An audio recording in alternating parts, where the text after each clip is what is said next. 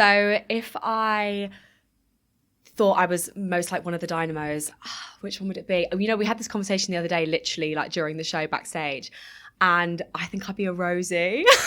Just like as a person, like I feel like I'm quite like a bit like of a wild character. Like I can be quite like quite energetic, and she's just fun. She just like has a fab time.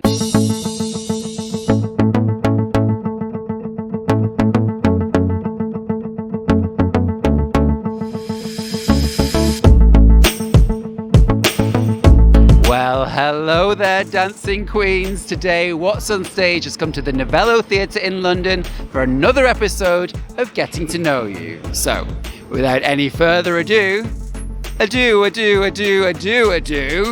currently making her full-time West End debut as Sophie Sheridan in Mamma Mia, here's Izi Maxwell.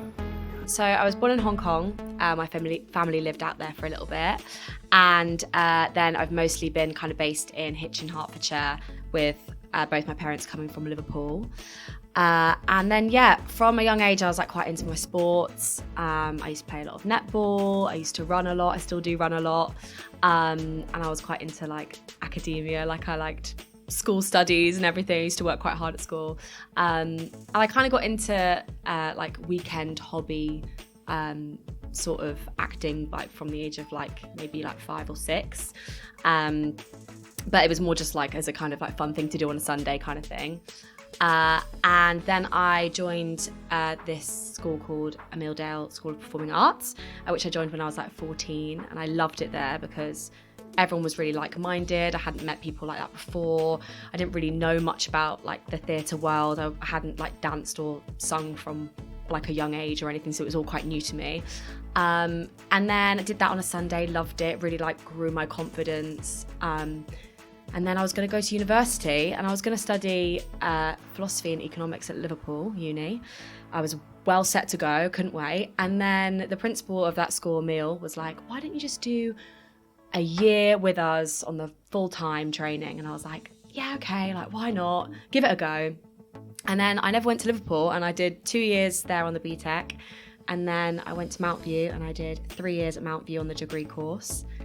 And then that was kind of it. And then I graduated, got an amazing agent, and kind of started my journey with performing. And here I am, not being a philosopher or an economist, but you know, here we go.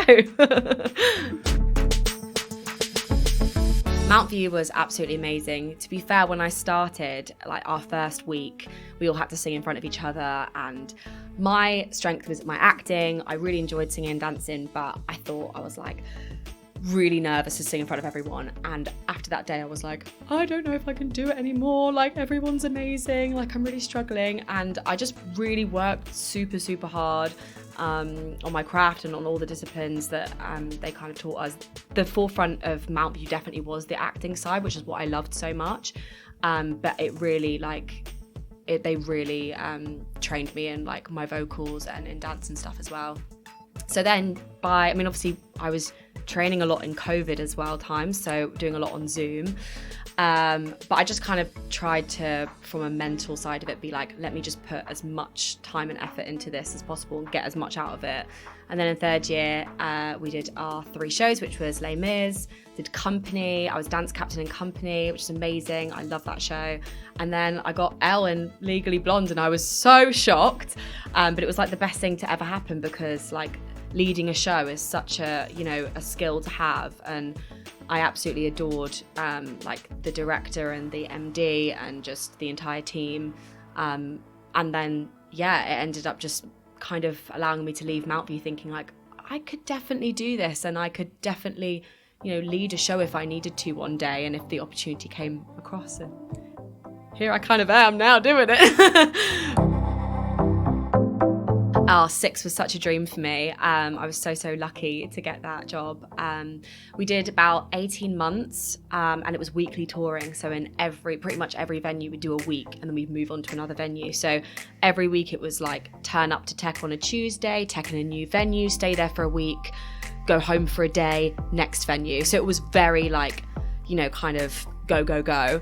I had the best time because the girls that I was doing it with were just like, are still like my best friends. We did some international venues as well, which was great. We did Amsterdam, Rotterdam, Berlin, Munich, Trieste, Zurich. And over that time I got to step up to Principal Berlin for like 11 weeks, which was super fun. But other than that, I just really enjoyed being an alternate because I was covering Berlin and Howard, but also covering Seymour, Part and Cleves.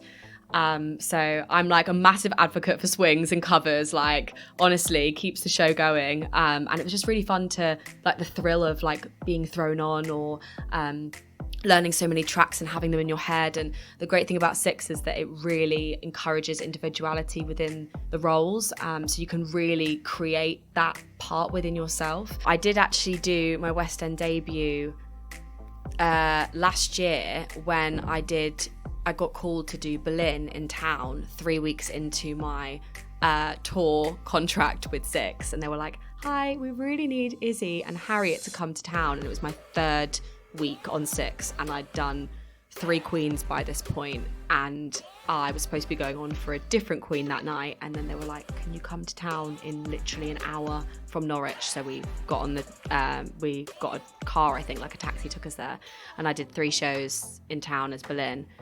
But I mean, this is my first like West End contract, but yeah, I did manage to do a little West End stint in Six. But yeah, absolute dream show. I absolutely loved that. It was great. So for Mamma Mia, I actually auditioned for the international tour 2 years ago, just before I got Six. Got to the final, gutted I didn't get it, but it then meant that I got to do Six, and then this has come about, which has been amazing. And basically, I think the auditions were I think I did about 4 or 5 rounds in the end. First round, I think, was a self-tape, and then we came in, did some scenes, did some songs. I think I sang Name of the Game and I Have a Dream, and a little like section of Thank You for the Music. And then we did like a dance round on another day, and quite a lot of it was kind of pairing you up with Skies as well. So me and Ben were like together from the beginning and we kept getting brought back in together, and we're thinking, oh, I think they quite like us together. But yeah, Ben's a dream, so that's been amazing. It was nice because I kind of knew of some of the team from 2 years ago, so they were like, oh, you know this material, you've been here before. And the workshop was amazing because they actually gave you like sometimes about like 25-30 minutes in the room, like workshopping the scenes. We also got like a vocal session with the MD, one-on-one for 45 minutes before our final, just going through all the material, which I think is absolutely amazing. So it made you feel really comfortable when you did actually get to your final and you go, okay, I know what I'm doing. So yeah. So actually I was in another audition, and I came out of that audition, which actually one of the boys was in from, Jack was in that audition as well. We didn't see each other, but came out of the audition and I'd had a missed call from my agent, and I was on the Underground, and it just was a voicemail going, hi Izzy, can you call me back? And I'm like, yes.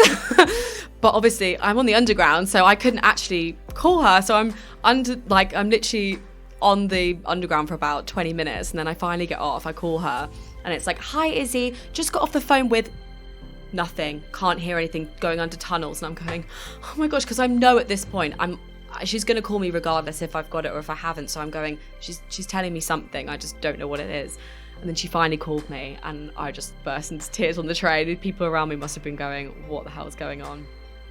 But yeah, I was just so happy and excited, and I managed to get home, and I didn't tell my parents straight away. I like put the music on, and then just kind of like, they were like, what's that music? And I was like, oh, I don't know. And then I like turned it up and it was Dancing Queen. And they're like, what, why is that playing? Why is that playing? And I was like, because I'm going to be Sophie and Mamma Mia on the West End. And they're like, ah! It was crazy. Yeah. Rehearsals, we got about 4 weeks rehearsal. The first week was like mostly ensemble vocals and singing, and then straight into scenes and vocal calls and stuff, and getting my hair dyed a little bit. And then on the last week was tech, and then we literally ran the show. We did a dress run on the Friday and a dress run on the Monday, and then we opened Monday night. And we'd never ran the show up to that point. It was always just like staggering through sections or tech. So yeah. And then opening night. I feel like the whole show, I just really tried to enjoy it because I was like, it ended up also being a kind of press night. So I was like, there was a lot of pressure and I was just like, just enjoy it. You know what you're doing, have fun, be present. And it was just like, my heart just felt so full. It was just like pure joy. And like this show is just pure joy anyway. But like doing that bow and like being with Ben and then like having a little hug with Maz, it was just like amazing. And I'm just, every night when I have that bow, I still feel the same at the moment. So yeah, loving it. You can catch Izi live on stage in the Abatastic Mamma Mia here at the Novello Theatre in London's West End. And as always, you can leave your thoughts about the show in the comments section down below. But please, for the love of a man after midnight called Fernando, keep it kind. Give us a like, subscribe to our channel, and ring that bell for notifications. And I'll see you next time for What's on Stage.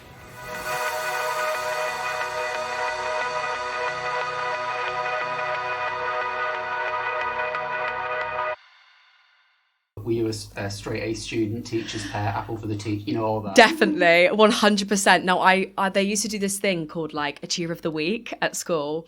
And I used to work so hard every week because I really, really wanted to be Achiever of the Week. So I used to always like, it was so annoying. I must have been awful. I used to go up to the teacher and be like, thanks so much, like great lesson, love that. And they were like, okay, yeah, great. And I think because I just was always like that, they just assumed that I'd got it. And then they always made sure they gave everyone Achiever of the Week. And in the end, my mum had to go up to the teacher and be like, hi, like, Izi really wants to be Achiever of the Week. Like, is there anything she can be doing? And they're like, oh, we thought we gave it to her ages ago. And like, yeah, like I obviously just really wanted to be Achiever of the Week, but you know, that happened.